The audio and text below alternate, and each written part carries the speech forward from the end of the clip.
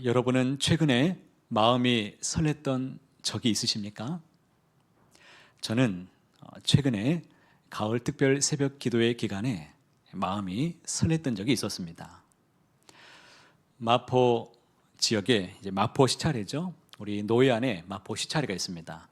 시찰회 안에 시무하는 목사님들만 계시는 게 아니라 은퇴하신 목사님들도 계시는데 그분들과 함께 교제하면서 함께 모임을 갖는 모임이 마목회가 있는데 마목회의 수련회가 이번에 있었습니다. 마목회 수련회가 매년마다 특별 새벽 기도회 기간에 항상 잡히는 바람에 제가 그동안 참여를 못했습니다. 그러다가 이번에는 참여하게 되었습니다.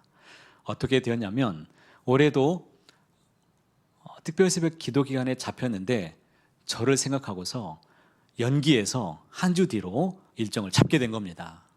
할렐루야. 그래서 특세를 준비하는데 말씀을 준비하는데 이상하게 설레는 겁니다. 우리 마목회 목사님들과 함께 좋은 시간을 가지고 그분들과 함께 교제할 것을 생각하니까 특별 새벽 기도 기간에 말씀을 준비하는데 묘하게 설레면서 힘이 나고 지치지 않았습니다. 이 설렌다는 게 이렇게 좋은 것인 줄 더 깊이 느꼈습니다. 여러분은 요즘에 무엇에 마음이 설레십니까? 마음이 설렌다는 것은 참 좋은 것입니다. 설렘은 우리 생활에 활력을 불어넣어줍니다. 사람들은 좋아하는 사람을 만나면 마음이 어떻습니까? 설레지요. 좋아하는 사람들 만나니까 그 모임이 기다려집니다. 그리고 또 직장인들은 직장에 이제 승진 소식이 있다고 하면 어떻습니까? 마음이 설레는 것입니다. 그리고 부모님들은 우리 자녀에게 좋은 학교에 합격했다는 이 소식이 들려온다고 하면 어떻습니까? 마음이 설레는 겁니다.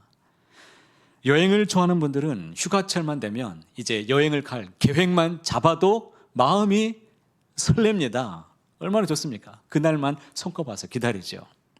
그리고 또 주식에 투자하신 분들은 아침에 일어나자마자 계좌를 확인하면서 마음이 들뜨고 설렙니다.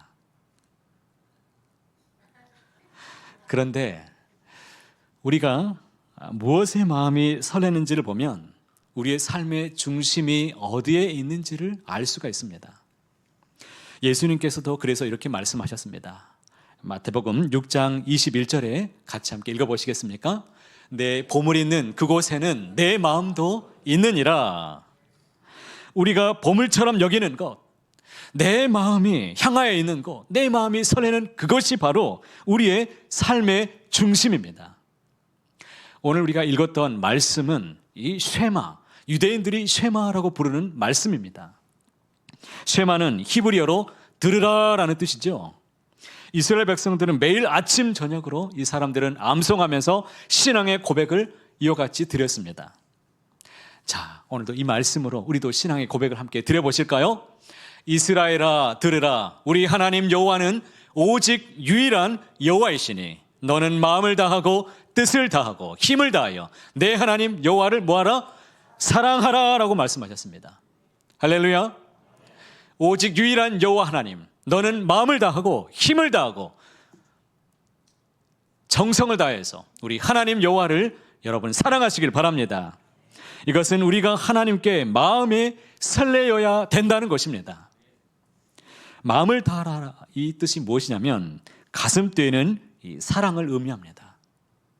하나님을 생각하시면 여러분 마음이 어떻습니까? 마음이 설렘이 있으십니까? 내가 하나님을 만나러 간다는 이 마음 때문에 가슴이 콩닥콩닥 두근거리는 마음이 있으십니까?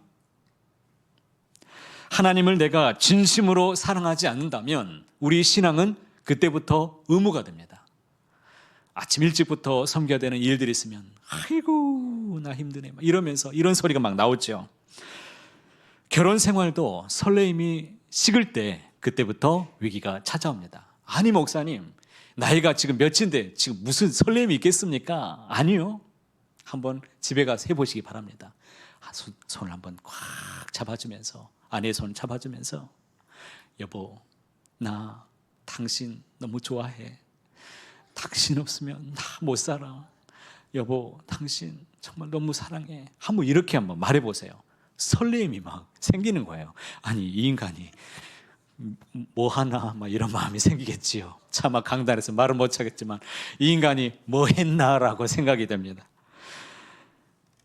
결혼 생활도 그렇다면 우리 신앙도 마찬가지입니다. 신앙도 식어지면 그때는 우리 신앙도 메말라집니다. 모든 것이 드라이해지고 의무처럼 다 그냥 그렇게만 생활하게 됩니다. 요즘에 매 맞는 남편 시리즈가 있습니다. 40대 남편도 좀 매 맞는다고 그래요. 일찍부터 매 맞고 다니는데요. 왜 맞느냐 물어봤더니 아내가 밖에 나가려고 하는데 어디가? 라고 물어봤다가 30분 동안 맞았답니다. 그리고 50대 남편 왜 맞는가? 50대 남편도 맞습니다. 왜 맞는가? 물어보니까 저는 아내가 나가길래 여보 같이 가 그랬다가 1시간 동안 맞았답니다. 우스란 얘기예요. 네, 그리고요 60대가 왜 맞았는가 보았더니 이제 아내가 밖에서 전화가 왔습니다. 그래서 언제 들어와? 그랬다가 절대 이런 말 하면 안 됩니다. 언제 들어와? 이런 말 했다가 집에 들어와서 2시간 반 동안 얻어맞았다는 겁니다. 70대도 맞습니다. 아니 70대도 맞아요? 네, 맞습니다. 나는 돈도 다 주고요 뭐 집에서 청소도 다 하는데도 맞았어요. 왜 맞았습니까? 아침에 마누라 앞에서 얼쩡거린다고 맞았습니다. 80대도 맞아요? 네, 80대도 맞아요. 왜 맞습니까? 80대 나도 집에서 청소도 하고 집안일 다 하는데 얻어쳐졌어요. 왜 맞았습니까? 아침에 눈 떴다고 맞았시오. 사랑이 식어지면 이렇게 힘이 듭니다. 여러분 하나님을 사랑하십니까? 하나님을 정말 그 누구보다도 무엇보다도 하나님을 정말 사랑하시길 바랍니다. 오늘 이 말씀으로 왜 지금 웃음 포인트가 아닌데 자, 저는 오늘 이 말씀으로 몇 가지를 좀 생각해 보았으면 좋겠습니다. 자, 첫 번째는요 꼭 기억하십시오. 우리가 무엇의 마음이 설레는지가 곧 우리의 전부입니다. 내가 무엇의 마음이 향해 있고 무엇의 마음이 흔들리고 설레는가, 이것이 내 삶의 전부입니다. 우리가 진짜로 섬기는 것이 무엇인지를 우리가 분명히 알 수가 있습니다.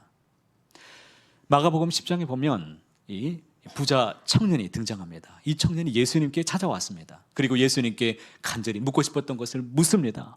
선생님, 내가 무엇을 하여야 영생을 얻을 수 있겠습니까? 이렇게 물었습니다. 그때 예수님께서 말씀해 주셨습니다. 하나님께서 말씀하신 계명을 지키라라고 말씀하셨습니다. 그럴 때 이 청년이 말하죠. 저는요 어렸을 때부터요 다 지켰어요. 그러면 어떻게 해야 됩니까? 그때 예수님의 반응이 너무 중요합니다. 공관복음에 이 말씀이 다 기록되어 있지만 마가복음에만 등장하는 말씀이 있습니다. 예수님께서 그를 보시고 사랑하사라고 말씀하십니다. 예수님이 그 청년을 보시며 사랑하시면서 사랑하는 마음으로 대답해 주셨다는 겁니다. 한 가지를 더 요구하십니다. 무엇을 말씀하셨습니까? 내게 있는 것을 다 팔아서 가난한 사람들에게 다 나눠주고 그 다음에야 나를 따라오라고 말씀하신 겁니다. 굉장히 충격적이죠. 그런데 이 말씀은 이 청년에게만 유일하게 예수님이 요구하신 말씀이십니다. 이 청년의 반응이 어땠을까요? 마가복음 10장 22절에 이렇게 청년이 반응합니다. 그 사람은 재물이 많은 거로 이 말씀으로 인하여 슬픈 기색을 띠고 근심하며 어떻게 해요? 집에 돌아갔습니다. 자, 이 사람은 삶의 중심이 무엇입니까? 가장 좋아하는 것이 무엇입니까? 전부가 무엇입니까? 재물이었습니다. 이 청년은 영생에 대한 관심이 있었습니다. 그러나 그 무엇보다도 자기 자신에게 진짜 마음을 설레게 하는 것이 무엇이었느냐면 재물이었습니다. 돈이었다는 겁니다. 그래서 예수님이 그 청년에게만 물었습니다. 네가 나를 따라오고자 하느냐?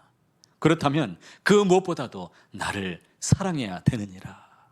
이것을 청년에게 가르쳐 주신 것입니다. 그럼 우리는 어떨까요? 우리는 주일마다 교회 이렇게 나와서 기도하고 찬양하고 또 예배를 지금 드리고 있습니다.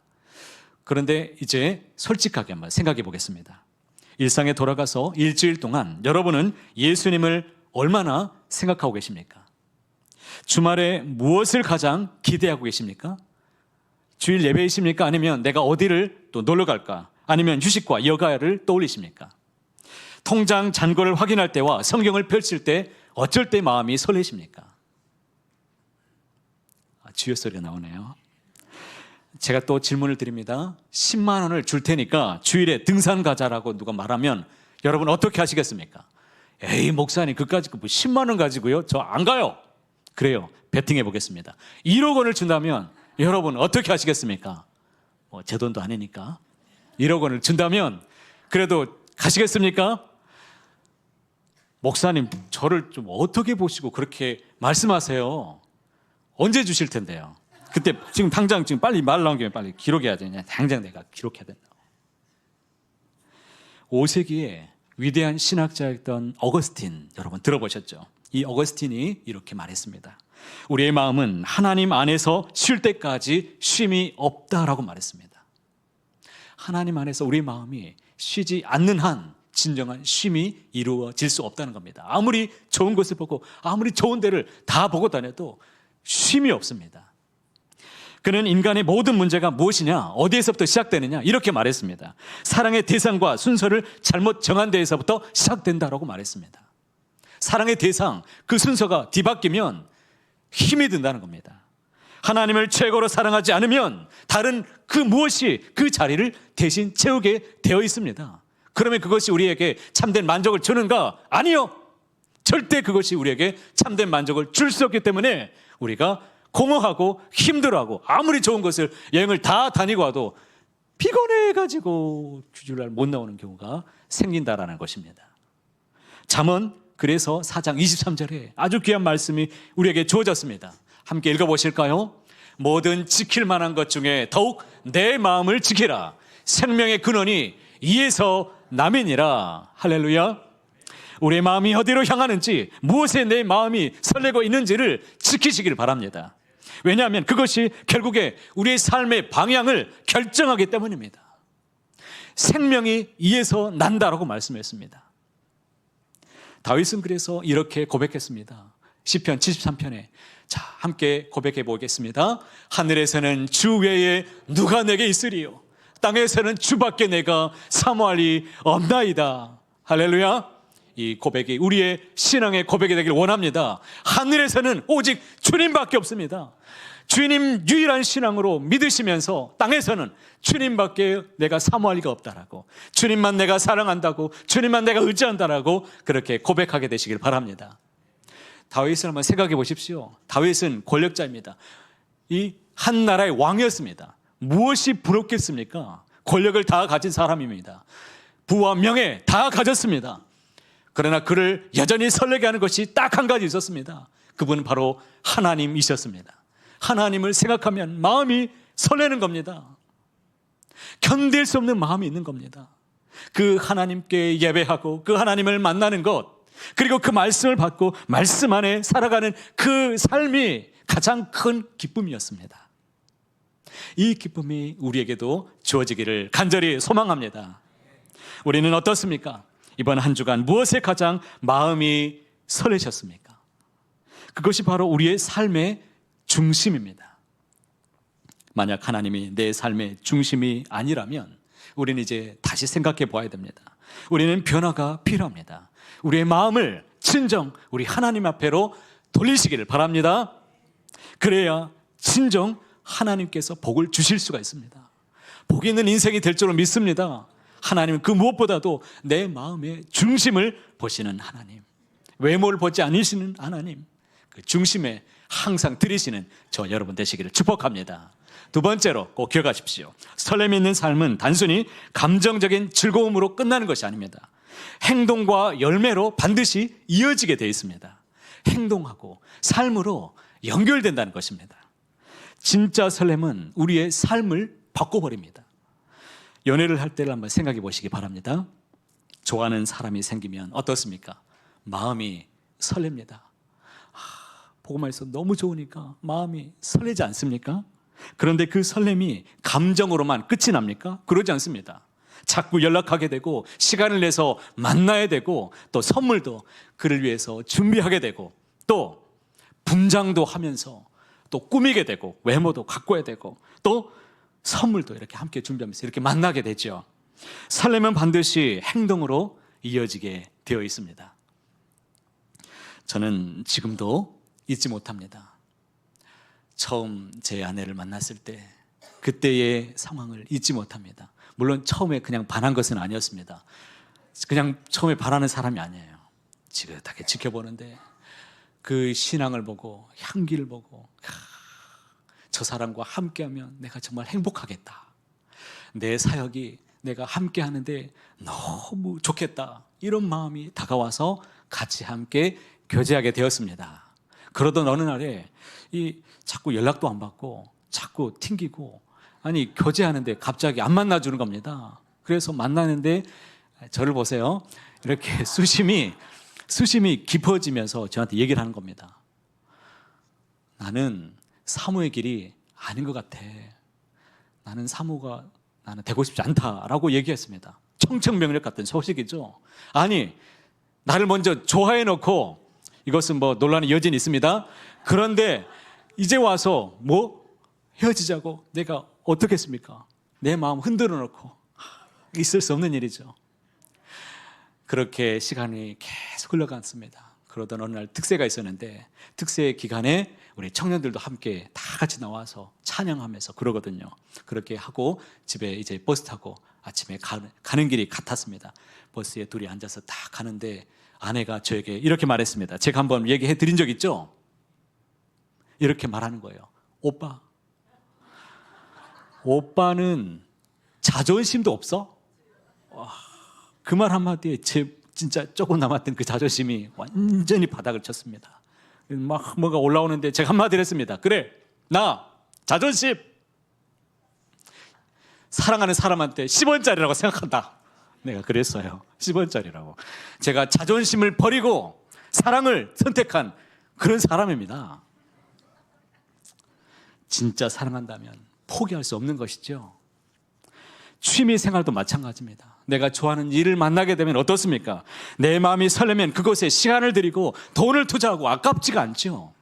골프를 좋아하면 어떻게 됩니까? 그 사람은 새벽부터 아침부터 일어나가지고 골프 연습한다고 연습장에 가 있습니다.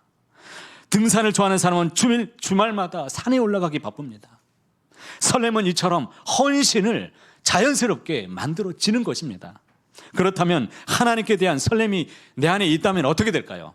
하나님을 향한 마음이 뜨거워지고 설렘이 주어진다면 내 삶이 분명하게 변화가 나타나게 될 줄로 믿습니다. 그 말씀이 오늘 읽진 않았지만 바로 앞에 있는 말씀에 신명기 6장 6절과 9절에 이렇게 말씀합니다. 함께 읽어보겠습니다. 오늘 내가 내게 명하는 이 말씀을 너는 마음에 새기고 내 자녀에게 부지런히 가르치며 집에 앉았을 때든지 길을 갈 때든지 누워있을 때든지 일어날 때든지 이 말씀을 강론할 것이며 너는 또 그것을 내 손목에 매어 기호를 삼으며 내 미간에 붙여 표로 삼고 또 내 집 문설주와 바깥문에 기록할지니라. 할렐루야. 하나님을 사랑하는 것은 감정으로만 끝나지 않습니다. 그것은 우리의 삶 전체를 바꾸어 놓습니다. 너무나 사랑하기 때문에 그 말씀에 입각해서 살아갑니다.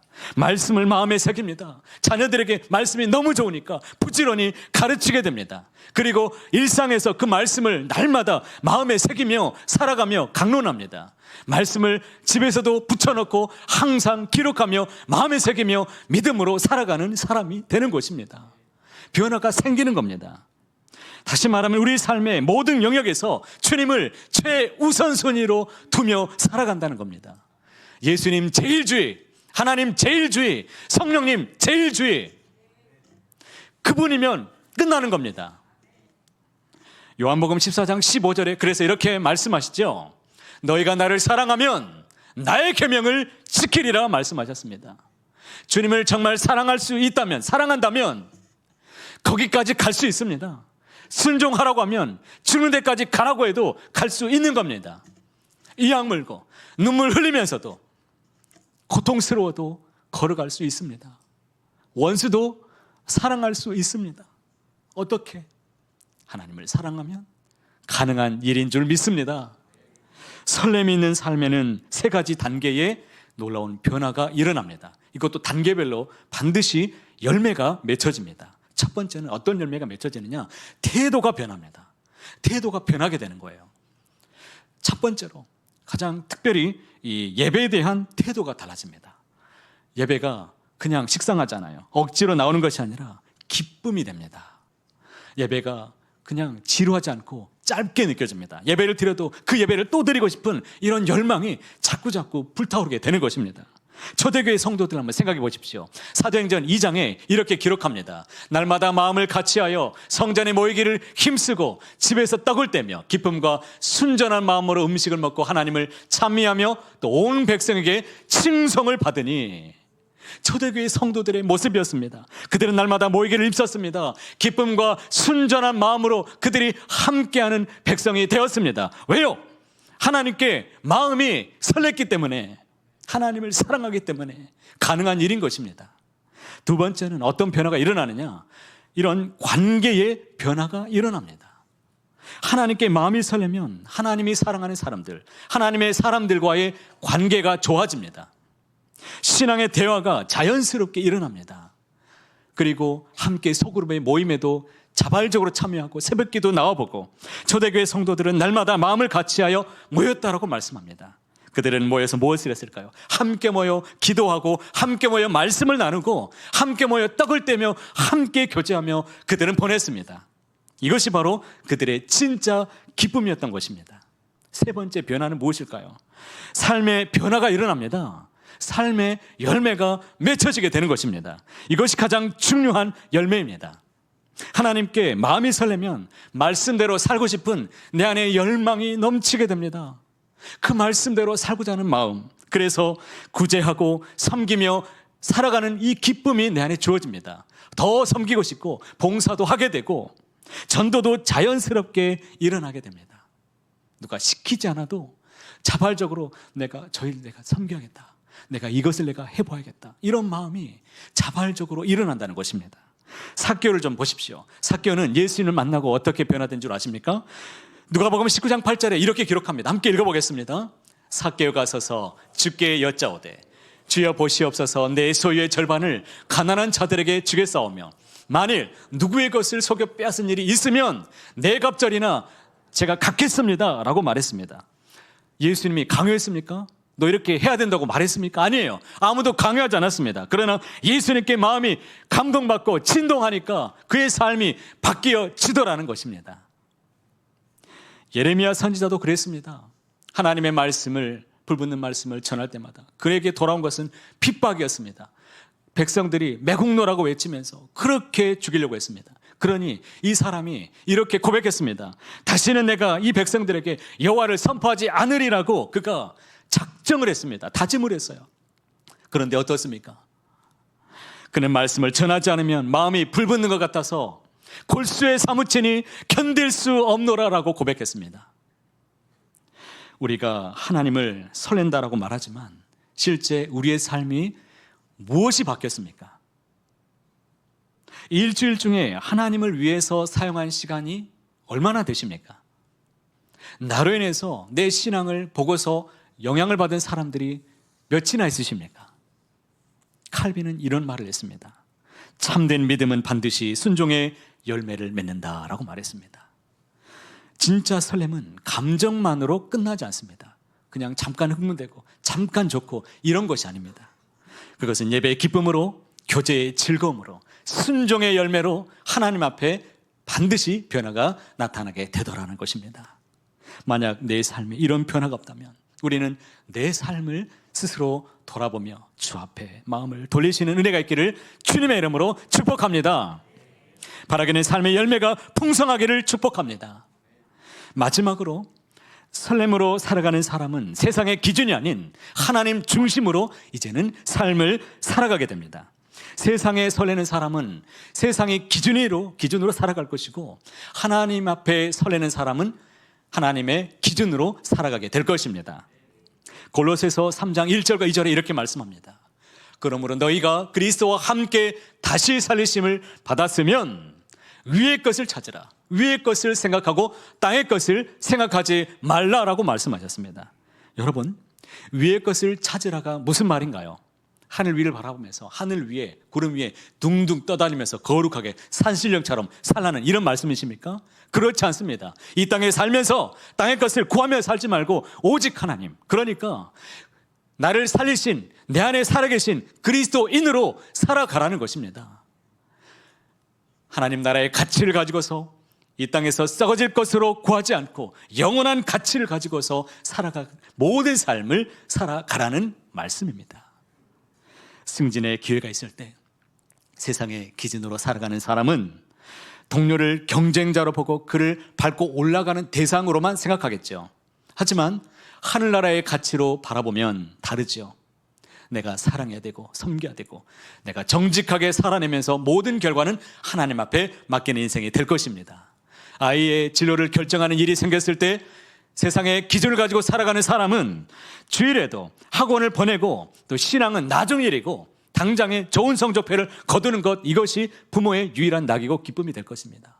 그것이 부모의 자존심일 것입니다. 그러나 하늘가치로 살아가면 하나님이 자녀에게 주신 은사가 무엇인지, 그 비전이 무엇인지를 하나님께 구하면서 기도하면서 성공보다는 하나님께 귀하게 쓰임받는 자녀가 되게 해달라고, 사람들에게 사랑받고 하나님께 사랑받는 주님의 자녀가 되게 해달라고 그렇게 구하게 되실 줄로 믿습니다. 다니엘과 그의 세 친구를 한번 보십시오. 그들은 바벨론에서 최고의 역량 있는 엘리트 교육을 다 받았던 사람들입니다. 그들은 왕궁에서 가장 높은 자리에서 일할 수 있는 특권도 누렸습니다. 그런데 어떤 기준을 가지고 살았습니까? 세상의 기준이 아니라 하나님 나라의 기준을 가지고 그가 살았습니다. 왕이 내린 음식이라도 말씀에 어긋나면 그것을 먹지 않았습니다. 결단해버렸습니다. 왕이 세운 금신상에 절하지 않으면 이 뜨거운 불에 던지겠다고 해도 그렇게 절하지 않았습니다. 기도 금지령을 내렸습니다. 기도하면 그 누구에게라도 기도하면 이제는 사자굴에 던지겠다고 했는데도 다니엘은 하루에 3번씩 그가 전에 하던 대로 하나님께 기도했던 사람이었습니다. 세상의 기준으로 바라본다면 있을 수 없는 일이죠. 그러나 오직 위의 것을 찾으며 살아가는 사람에게는 당연한 일인 줄로 믿습니다.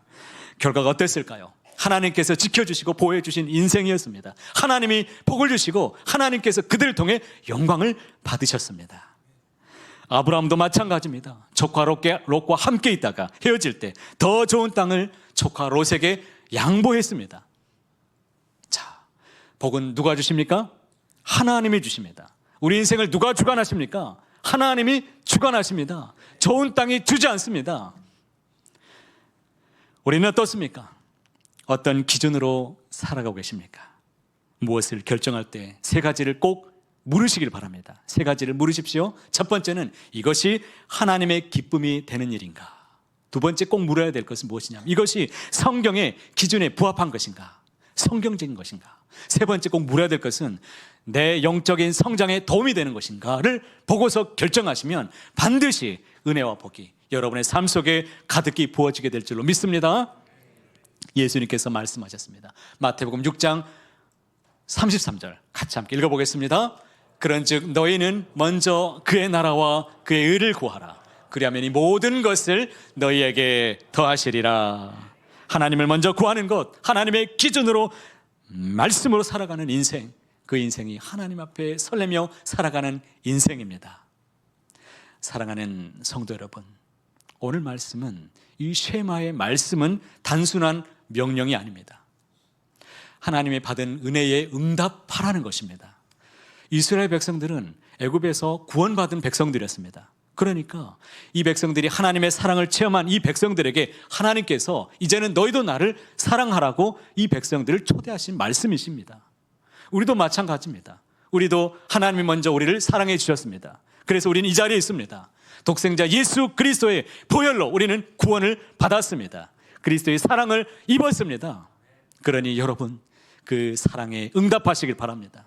무엇보다도 주님을 사랑하시길 바랍니다. 마음과 뜻과 정성을 다해 힘을 다하여 하나님을 사랑하시길 바랍니다.